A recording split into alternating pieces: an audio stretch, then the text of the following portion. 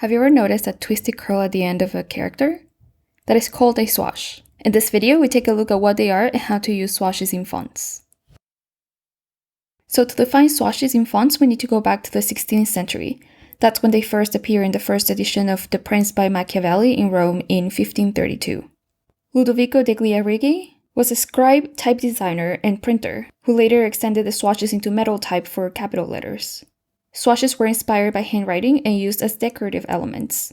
Swashes usually are at the beginning or at the end of a character, also known as initial and terminal swashes. You will see these extensions typically on serifs or script fonts.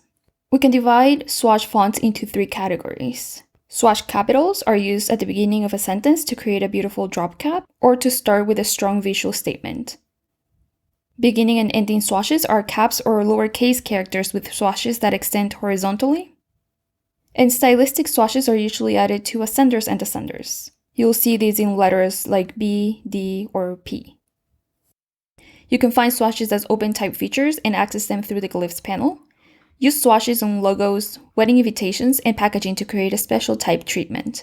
In editorial design, swash fonts can be used as drop caps and titles. Here are a few tips to consider when using swashes in fonts.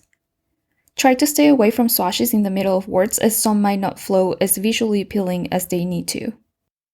Use swashes sparingly, they're supposed to make your content special.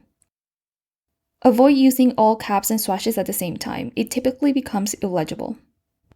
If you're looking for some awesome swash fonts, be sure to check out Envato Elements and Graphic River. They have an extensive library that is updated every day, and you're sure to find something for your next project.